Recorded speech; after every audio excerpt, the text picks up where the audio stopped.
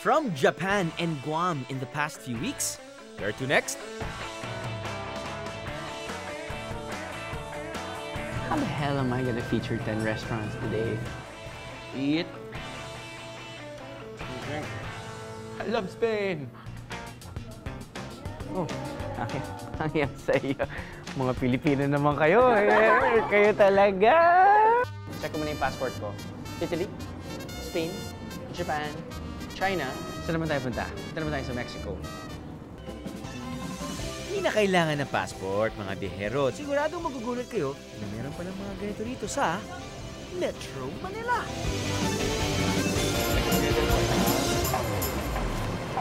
Ano? Sama ka sa biyahe ko? Alam niyo mga biyahero, if one wants to experience just a portion of the rich Manila history and culture and the tradition also, isa lang talaga pumapasok sa isipan ko eh. Intramuros. Diba? Saan pa? Intramuros. Galing ang Intramuros mula sa dalawang salitang Espanyol. Intra na ibig sabihin sa loob at muros na ang ibig sabihin ay pader.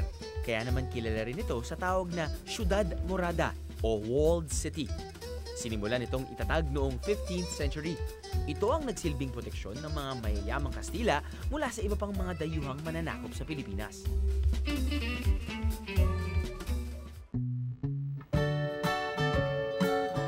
Pero sa halip na libutin natin ito on foot, which is what most people do, mas magandang mamasyal dito sa Intramuros gamit-gamit ang bisikleta. Pero hindi pangkaraniwang bisikleta ang gagamitin natin mga biyahero. Kahit daw gawa sa kawayan ng mga handmade bike na to, kasing tibay daw ito ng mga bisikletang gawa sa bakal at alloy. So BAM Bike is really a product of two things. One being that bamboo is arguably the greenest building material on the planet. And two, bikes are probably the most efficient machine that man has ever created. So when you put the two together, you have the greenest mode of transportation you could imagine, and that's what BAM Bike is. Right. So we park the bikes here? Park the bikes here, Okay. and then head up the wall so we can see Bagumbayan. So no need for locks? No cadena, we're safe here. All right. We have Guardia Civil. We have Guardia Civil. Very They're good. looking after BAM Bike. Okay. Kasi it's the bike of the nation. Nice. So here on the left, we have Bagumbayan. Up front, it's the Manila Hotel. And during Spanish times and colonial times, that was already Manila Bay. Maiikot ang buong Intramuros na may kasamang guide sakay ng eco-friendly bike na to sa halagang 1,200 pesos.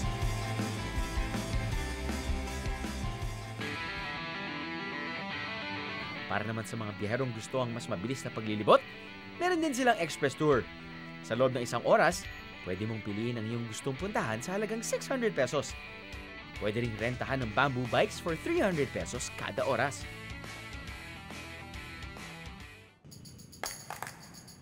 Isa rin sa mga makasaysayang pasyalan sa Maynila ay ang Luneta Park. Dito matatagpuan ang bantayog ng ating pambansang bayani na si Dr. Jose Rizal.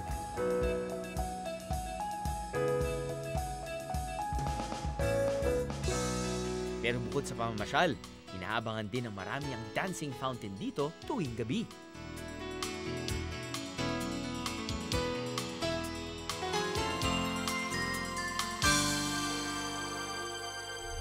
Susunod, siguradong magugulat kayo kung ano pa ang pwedeng puntahan sa Metro Manila. Panalo, dude. Panalo to. At mapapa, you love my job na naman kayo mga biyero. Ano? Sama ka sa biyahe ko? Ano? Sama ka sa biyahe ko? Pilit nating binabalik-balikan ang lungsod ng Maynila. Ang mga jeepney na nagliliparan, ang matatayog na mga gusali. With its historical and culturally significant landmarks, ay hindi talaga katakataka na ito ang capital ng Pilipinas.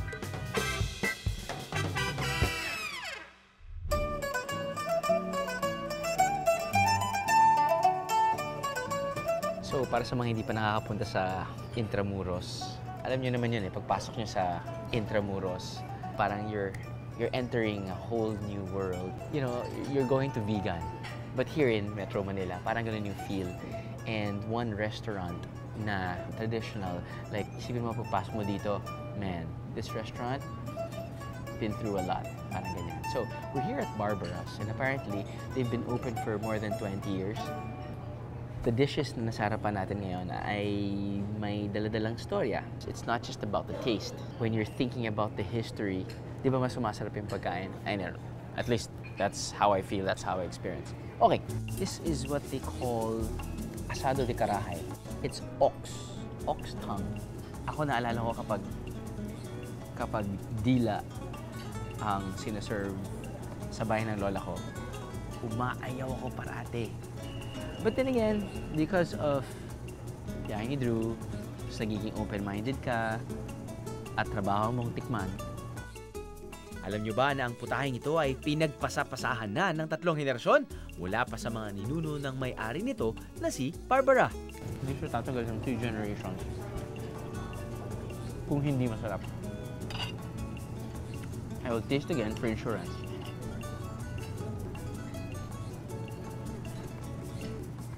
And some fried saba. So, after nyo mag-tour around Intramuros, don't forget to pass by. I guess it's your Spanish-Filipino fusion with rich in history. Yun yung mahanap mo sa menu at yun yung malalasahan mo. This has a very important story. Bumisita dito yung Queen of Spain, Queen Sofia. Kumain siya dito sa Barbara's. At ito yung in-order niya. Pollo Sofia, named after the Queen.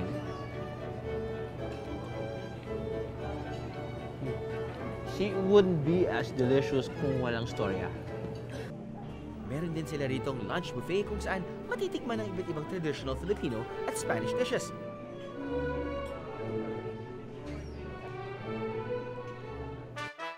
At sa gabi naman, sa kanilang dinner buffet ay may bonus pang cultural show. Itinatanghal nila rito ang iba't ibang tradisyonal na mga sayaw. Dinner and a show. Panalo na to mga biyero. Kakaibang eat-all-you-can food venture naman ang hanap nyo, pwede rin sa Sake Sushi All-You-Can Restaurant. Sa halagang 400 pesos, ay sawa mo nang may enjoy ang iba't ibang klaseng sushi dito. Kita nyo naman mga biyero, parang nasa treadmill lang ang mga sushi na kakainin nyo, kagaya sa mga kainan sa Japan.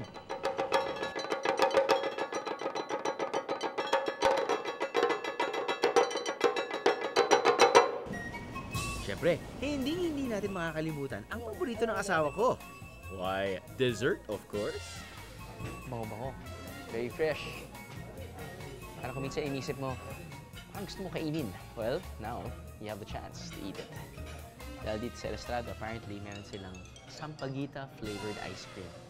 If it would taste how it smells, then that would be awesome.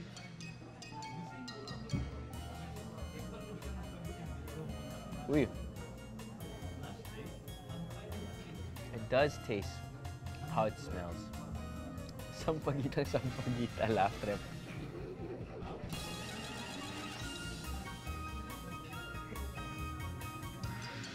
Sampaguita ice cream that tastes how it smells.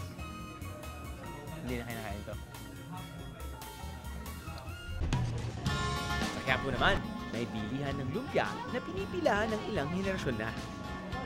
Nag-umpisa ang lumpia sa Pingga yung pinapasan. 1953, dyan kami sa Cine Center. 1956, dito na kami napwesto. Hanggang sa ngayon, 58 years na kami rito. Karamihan dito, yung mga naging lolo-lola na, mga anak na, yan. Kaya dinadayo nila, tinuturo ng mga magulang, lola, sa mga anak nila. Eh, dito nga, kasabihan, pag hindi ka raw bumili ng lumpia, hindi ka raw nagsimba. Sa pinakamatandang lumpia house na to, laging bago at murang lumpia. At sa halagang 18 pesos kada piraso, aangal ka pa ba? Sa dami ng bumibili, kita nyo naman na certified hit ang lumpia house na to. naman sa mga mahilig mag-shopping.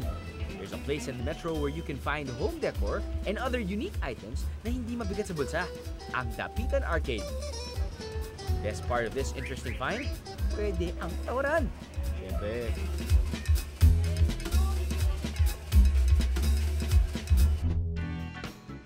Kung may mga kamag-anak kayong bibisita sa Maynila, napakaraming hotel na pagpipilian. Pero kung gusto nila na may konting history, subukan ng White Knight Hotel na dati palang bahay ng isang Spanish general.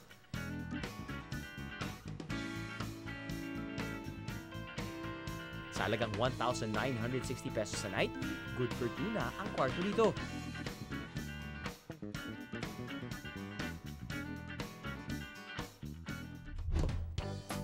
Me, I've got something else in mind para sa aking tulugan. Hey, you must be Drew. Yes, hi, good Welcome. afternoon. We've been waiting for you. Oh, what's your name, sir? Greg, come on Greg, inside. hi, Welcome hi. to Coco's Garden. Thank you so much. Thank you so much. Wow. Yeah, step on inside. Nice place you have here. Thanks. I'm lucky. So here's your space. Huge room. Yeah, I think you'd be comfortable here, and I think for $50 a night, it's a deal. It is a deal.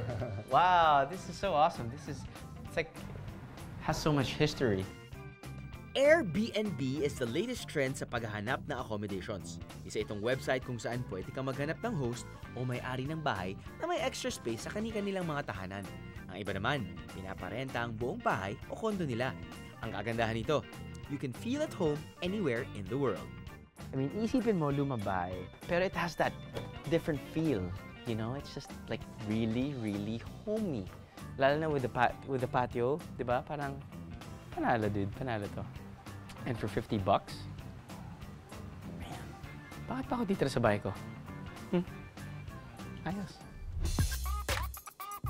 Kung gusto nyo naman ng accommodation na may modern feel, aba meron din sila yan. Para makapag-book ng ganitong homey accommodation, bisitahin nyo lang ang kanilang website. Una, i-type muna ang inyong destinasyon at makikita na ang iba't ibang listing sa inyong pupuntahan. Makikita nyo ang detalye ng mga pwedeng matuluyan, pati na kung magkano to. Makikilala nyo pa ang host na tatanggap sa inyo. Kapag nakapili na kayo, ibigay lang ang mga detalye na hinihingi at maaari na rin kayong magbayad online. Maniniwala ba kayo na may ganito pala sa Maynila? Kaya simulan nyo nang planuhin ang staycation nyo.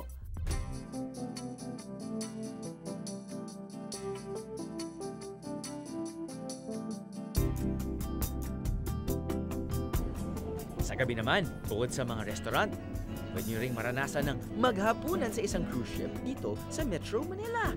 Pasosyal to Sa halagang 650 pesos per head, may dinner buffet ka na habang binabaybay ang Manila Bay.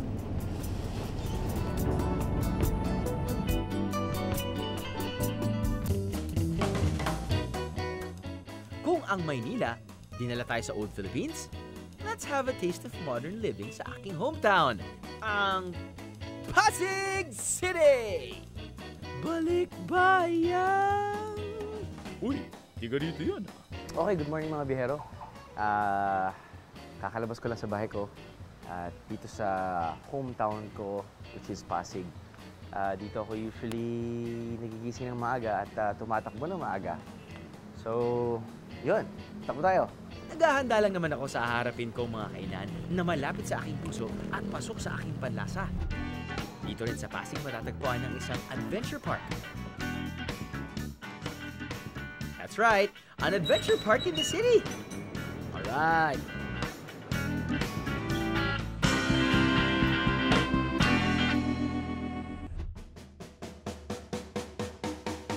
So, nandito tayo ngayon sa Kapitolyo. Very familiar yung Kapitolyo sa akin dahil I live around the area. I go to Kapitolyo to run, I go to Kapitolyo to eat, in different restaurants dahil ang dami mga cuisines available here, no? Pero meron daw ditong 24/7 na all-day breakfast na medyo sikat hindi lang sa mga call center agents, pati na rin sa mga maaga gumising. And so, I'm guessing, yung mga restaurants katulad nito, na open for 24/7, 24 hours, na hindi sila nagsasara. And, serves, from the looks of it, Filipino comfort food like, you know, tapsilog and whatnot. Pasok to, pasok to. Well, pasok yung menu. Tingnan natin kung pasok sa lasa. Peanut butter and banana pancake. Ang deadly. Start muna tayo sa maalat. Start muna tayo sa savory. Ayan, may pa silang tomato pesto.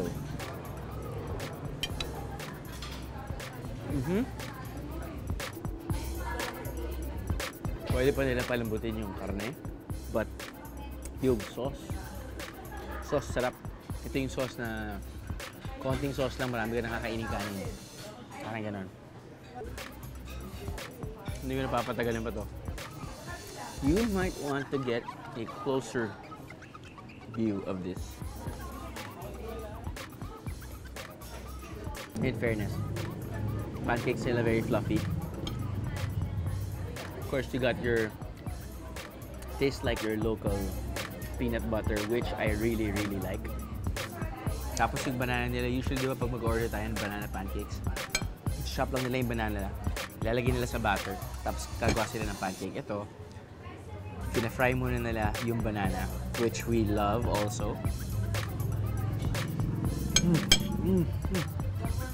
Pwede.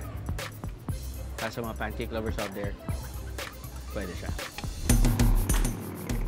Kung all-day breakfast food din ang manahanap nyo, may pambato rin sa Quezon City. Dito sa Ali's All-Day Breakfast, you can have the most important meal of the day. Any time of the day. Ayos! Okay, let's continue our food crawl dito sa Capitolio na talaga namang close to my heart. So, mga biyara, na dito tayo ngayon sa Capitolio. Ang naalala ko sa Capitolio, years and years, probably more than 10 years ago, pumupunta lang ako dito para magpalinis ng kotse. Biglang nagsulputan ng mga different restaurants.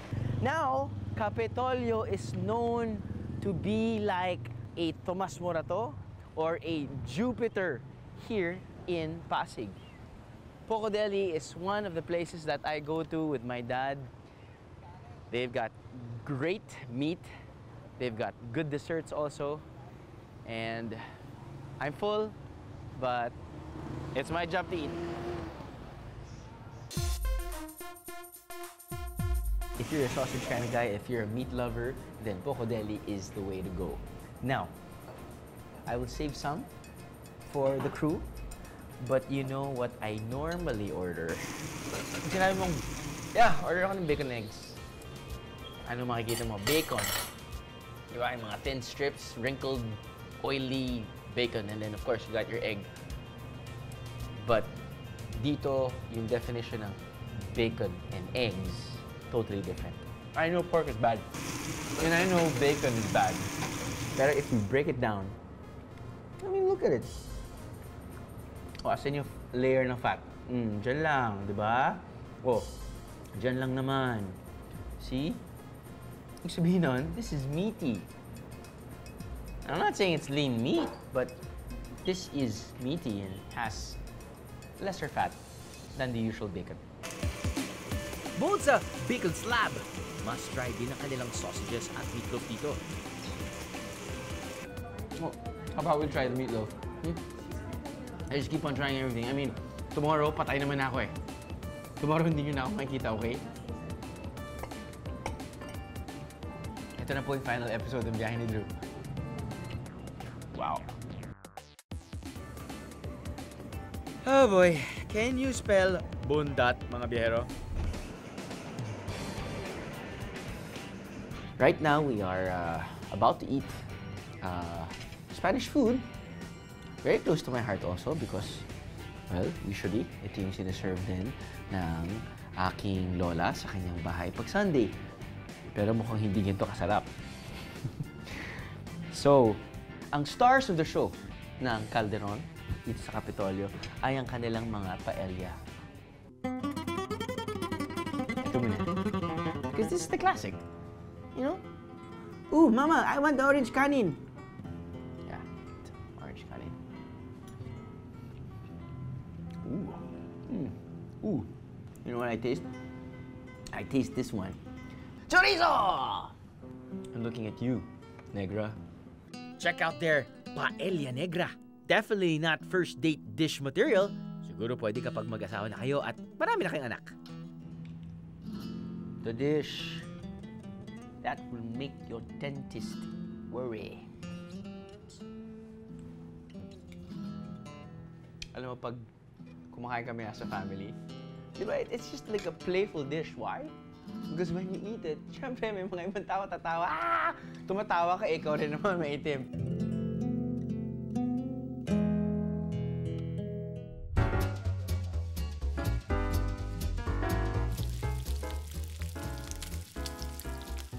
Hear that sizzle?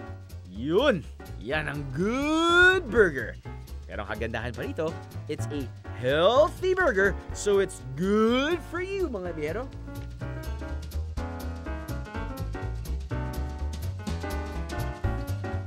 Ito yung dalawang bestsellers nila. This is their Persian burger. Ito yung kanilang vegetarian burger. And this is their BLT, which is actually chicken burger. Which to eat first?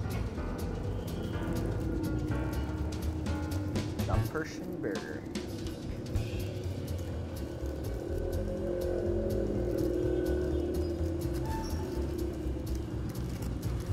Kilatisin natin mga biyahero. Open wide. You got your aioli sauce. You've got your bell pepper. You've got your white onions. And of course, you've got your vegetarian patty.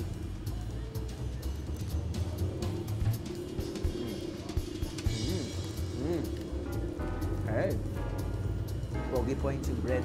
Yung bread kasi parang, alam mo kung minsan talaga, pag kumakain ako ng burger, mas gusto ko yung bread parang pandesal. At yung texture nito, parang pandesal. Malambot at lasang pandesal. May konting tamis ba? Lasang Pinoy.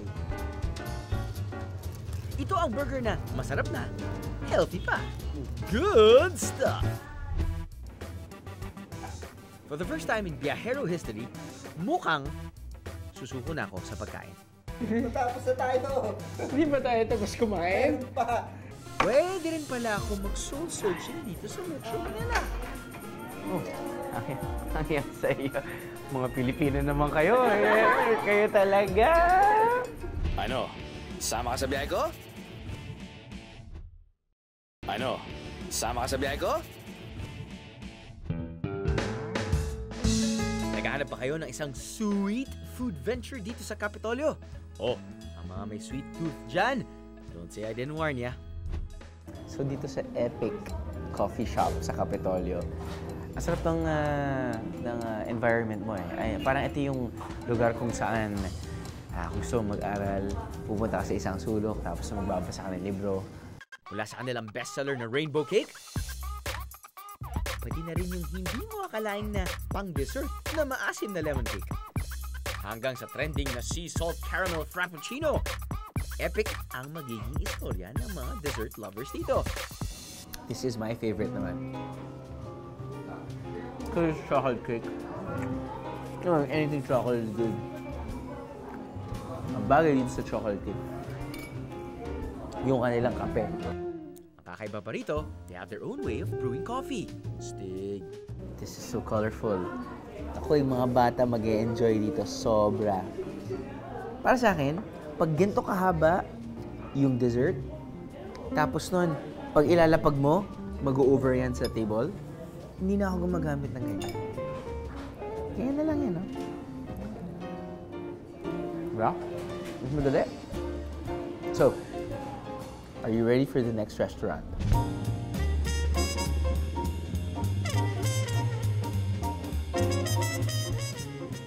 Last na ito, ano ka ba? Matapos na tayo. Hindi ba tayo tapos kumain? Meron pa.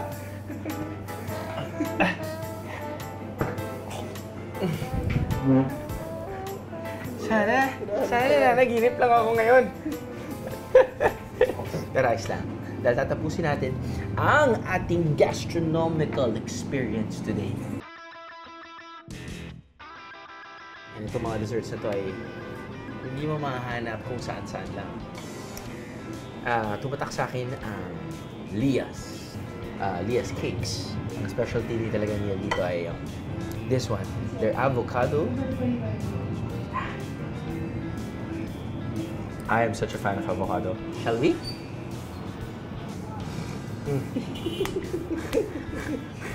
Hirap to. Ayaw niyong pumasok.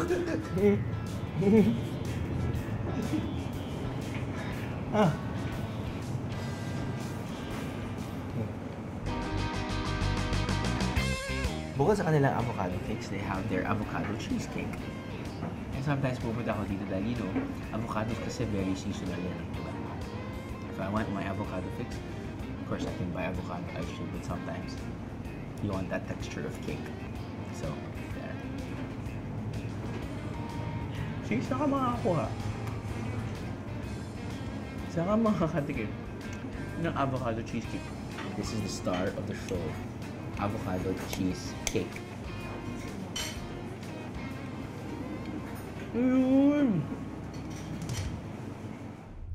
Kung mas malapit kayo sa Quezon City, pwede rin kayo mag-food crawl dito.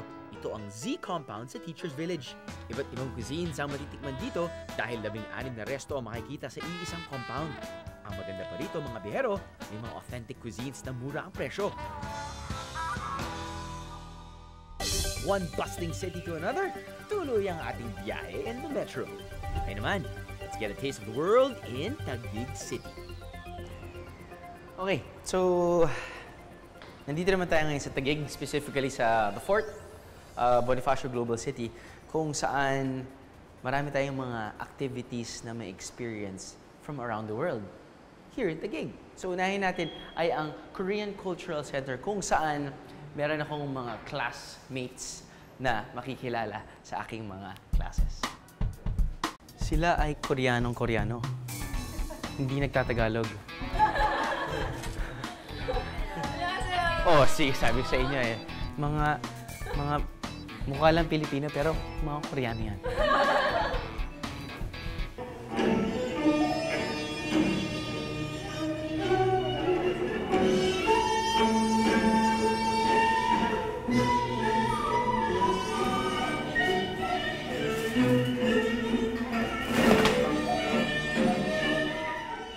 So one great thing about sa mga nakikita nyo, of course, lahat sila Pilipina. At ito yung isa sa mga classes na ino-offer nila. At yung fee na babayaran ng mga estudyante, sobrang maliit lang at sobrang affordable dahil itong Korean Cultural Center ay sinusuportahan ng mismong Korean government. Dahil yung mismong Korean government ay, syempre, gusto rin nilang i-share yung kanilang kultura. Nakapunta na tayo ng South Korea mga biyero, pero dito pa talaga sa Taguig natin masusubukan ang kanilang percussion class. Oh, hanggang sa iyo. Mga Pilipino naman kayo. Kayo talaga. Ay, ito. Koreano talaga to. Teacher Lee! Yeah, Teacher Lee. I am already excited to learn how to play the percussions. Okay. Yes? Can you teach me? Oh, Okay. of course. Okay.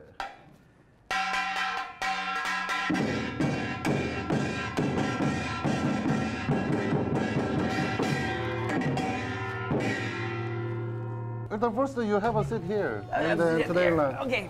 I will teach you the basic instrument. Okay, basic. This one is the book. The book. Yes. This one is a very basic instrument. Okay. And then very easy. This one is made by the cow leather. Cow leather. Yes. it's Right. the Cow hide. leather. Yeah. And very big vibration. Yes. It's like when my wife is very near me, I feel that. It's a boog.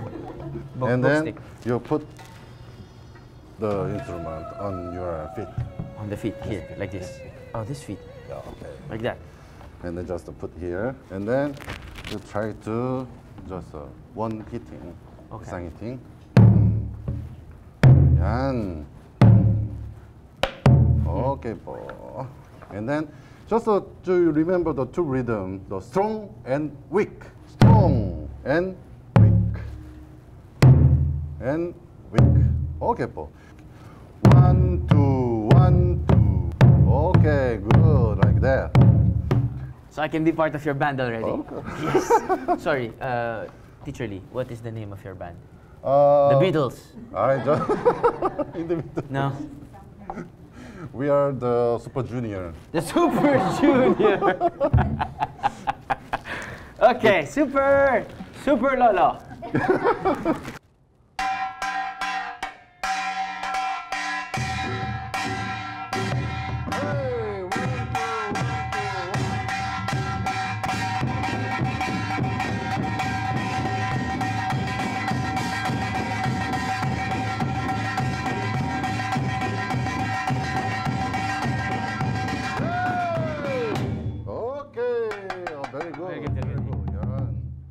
Okay. Okay, thank you so much. Oh, Teacher Lee, welcome. thank you so Oh, much. nice to Guys, meet you thank you so talaga. much.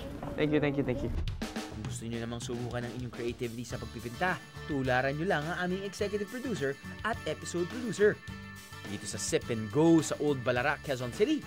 For 900 to 1,300 pesos, ikaw mismo ang gagawa ng iyong sariling masterpiece while sipping a glass of wine. Huwag mag-alala mga biyahero dahil tuturuan naman kayo ng inyong instructor ng tamang paraan ng pagpinta.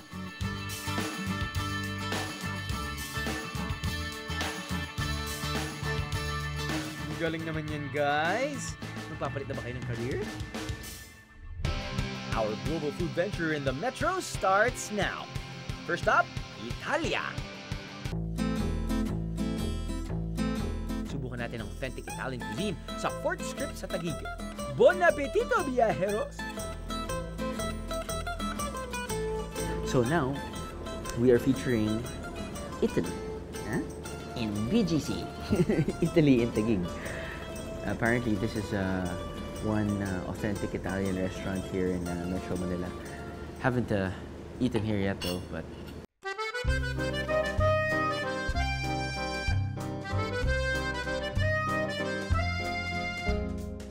anything that's cooked inside the brick oven, I'm a fan. And there's this distinct flavor. From this side, it's not tomato based. You've got your cheese, you've got your mushroom, and you've got your truffle sauce, which apparently truffle is actually mushroom. Sinasabi nga nila yung truffle oil na yun, usually nahalo yun sa pasta. Ako, sobrang mahal.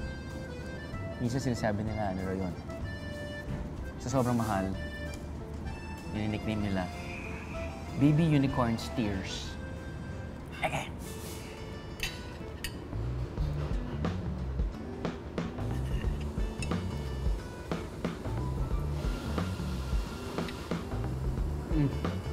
Oh yeah. Lasang-lasa mo yung truffle.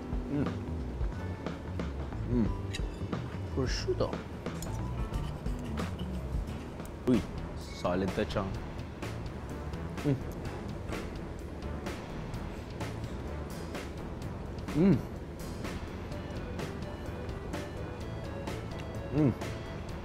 I never lie. Okay, naglaya ako nung nag-cheating ako nung high school, but tagal na yun. But when I eat, and when I eat in front of few mga biyahero, I never lie. Never. So good. So good. It's two different flavors. Ito, yung pait ng arugula, nag-mix dun sa konting alat at konting tamis naman ng prosciutto. At kung di ko alam kung ano nararamdaman ko or natitik mo ako tamis dito, but it's just a party in my mouth. Alright, nabusog na tayo sa mga pizzas and pastas from Italy. Punta naman tayo ngayon sa Espanya. Now off to Espanya! Hindi na bago sa panlasa nating mga Pinoy ang Spanish cuisine. Pero iba pa rin ang authentic, di ba? So I guess it's safe to say that I am so in the mood to pig out. Kakapasok ko pa lang, hindi ko alam yung menu. Bam! Nandito na sa table yung mga specialties ng Tapeo. Nabuo ang konsepto ng tapas noong magkasakit ang Spanish king na si King Alfonso X. Alak ang naging luna sa kanyang karamdaman. Para hindi malasing sa alak, sinabayan ito ng pagkain ng maliliit na piraso ng karne. Ang pulutan lang, no? Simula noon, ang tapas ay naging bahagi na ng Spanish cuisine. I used to remember when I went to Barcelona, that's how they serve it. Mga ganyang plato lang talaga, you know? Parang meron silang karinderya, turo-turo lang. Oh, you want this sausage, you want this, whatever, blah, blah, blah, and then turo-turo, and then they just drink. They love to drink with their tapas, you know? Of course, you know, their wine, but of course, I drank beer. But in this case, I guess we're drinking sangria. Toothpick.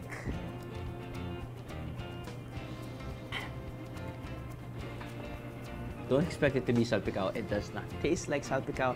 It's this... Lalasahan na yung...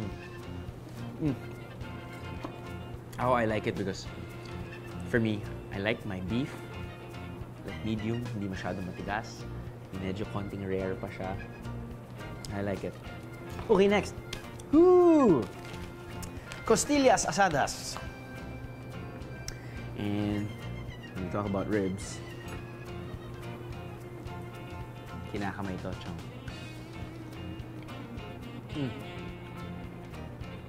Alright. I'm forgetting something.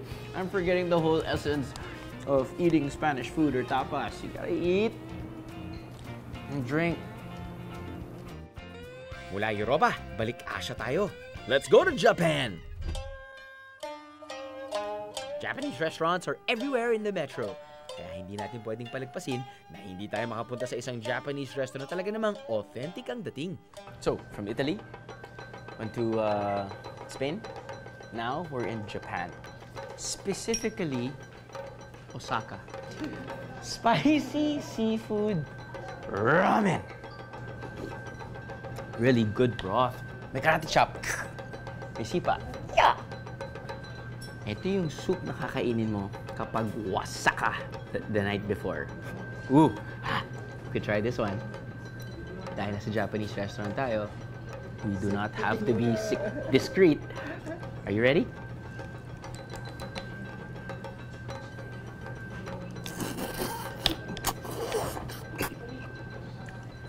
Man, ba't hindi ko magawa yung ginagawa ng mga Hapon? Bukod sa ramen, marami pang ibang authentic Japanese dishes na masarap tikman dito.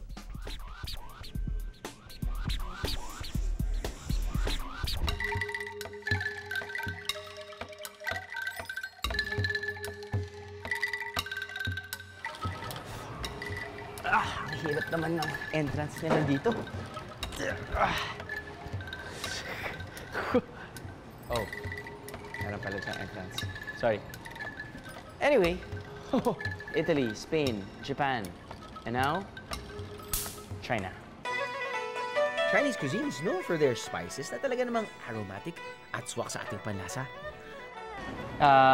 Dito tayo sa Good Earth. And one of their specialties ay ito, ang kanilang roast platter. Meron silang roasted chicken, they've got, I think, roasted duck, and they have tofu, roasted pork, asado, and ito naman yung the best dyan talaga eh, no? Kanilang liempo.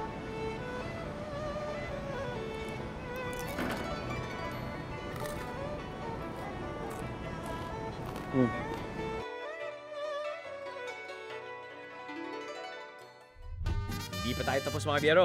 Babiyahe naman tayo across the Pacific para sa ating gastronomic adventure. Ito na yung last stop natin dito sa Taguig. Okay? Saan naman tayo punta? Punta naman tayo sa Mexico. At dito sa Orale. Apparently, which means like, let's go. Or, yeah, hell yeah. Something like that. What to eat first? That's a good question. No, you know what? What to drink first? Jarritos! You're drinking local products, like local soft drinks. So I'm thinking, yeah, okay, I'm in Mexico. Let's watch soccer.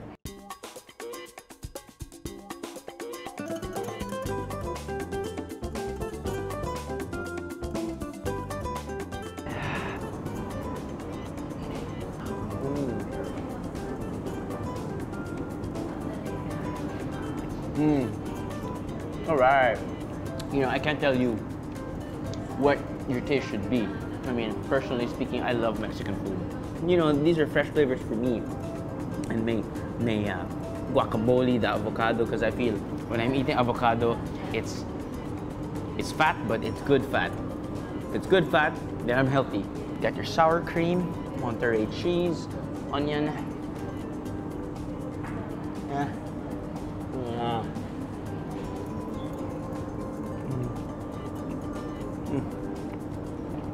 I mean, the Monterey cheese pa lang eh. I mean, solve ka na dun eh. But the sour cream, anyway, it's I like the taste. It has a bit of spice, of course. May konting sipa yan. But you can add that flame, that fire in here. You got your different sauces. Right? Their burrito. Because their burrito, carne kanin, you got your sauces.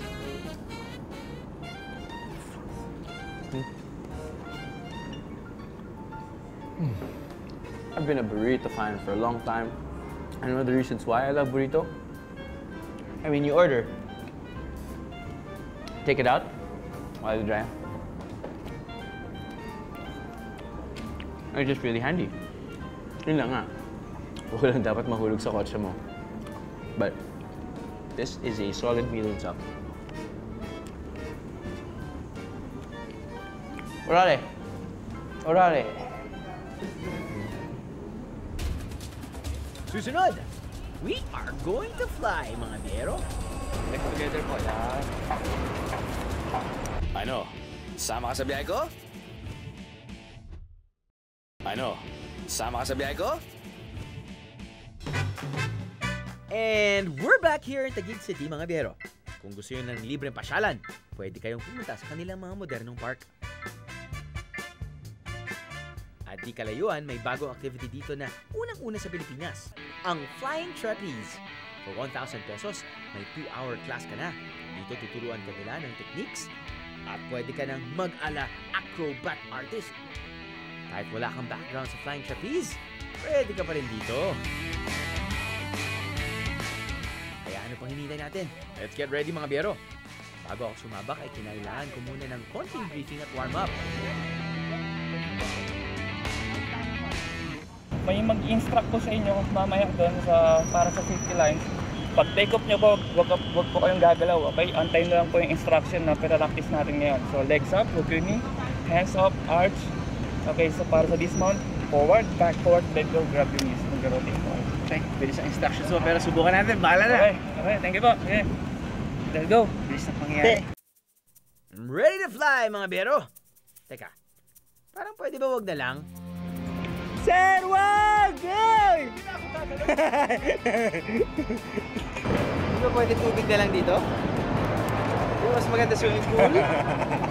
First swing out, right at the front, right when he says legs up.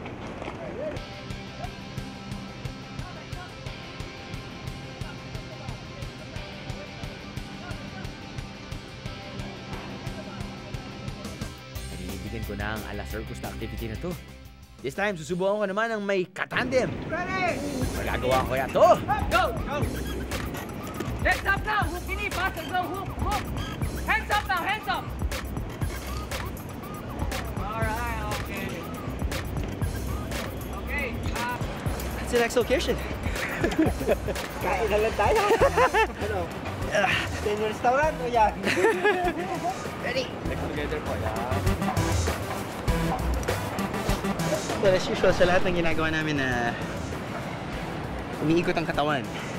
Kahit na hindi mataas na roller coaster, basta't umiikot yung katawan. Kahit yung konting ikot lang, sobra akong nahihilo. And I guess for me, it's not really my sport, but that's me. I know my wife would love it. Kadalasan sa ating mga biyahe, kailangan pa natin sumakay ng eroplano o bumiyahe ng matagal para makarating sa ating destinasyon. Minsan, kailangan lang nating tumingin sa ating paligid, sa mga lugar na malapit lang sa atin. Bukod sa mas makilala natin ang ating lugar, di pa natin kailangan lumayo o gumastos ng malaki para mag-enjoy. This is meaty. Diba? Mas madali.